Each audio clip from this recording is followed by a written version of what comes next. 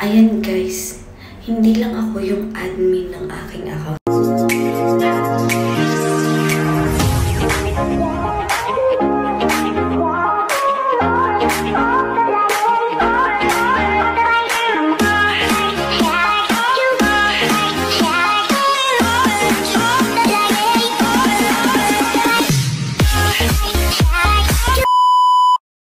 Hi guys, alam mo na ba yung chismis? So kung hindi pa, panoorin mo itong video na to hanggang sa dulo. So ayun, na-double check nyo na ba na kayo lang talaga yung admin ng inyong pay account? So kung hindi pa, sabay-sabay tayong mag-check. So ayun, at pupunta kayo sa Facebook nyo, sa baba ng, ayan, menu, click nyo and professional dashboard. And then, ayan ating dashboard na mala-mala. I-click nyo yung payout guys. Oops! Wala mo nang sound review.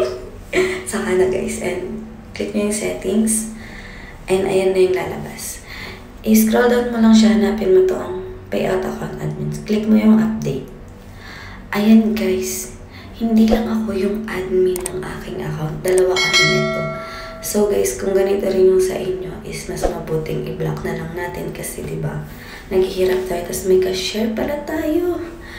So, ayun lang. Dapat sigurado tayo na tayo lang yung admin ng ating Facebook account. So, i-block na lang natin siya para wala tayong kahati sa ating sasahurin. So, yun lamang guys. Kung nagustuhan mo itong video na ito, huwag kakalimutan mag-follow. Bye!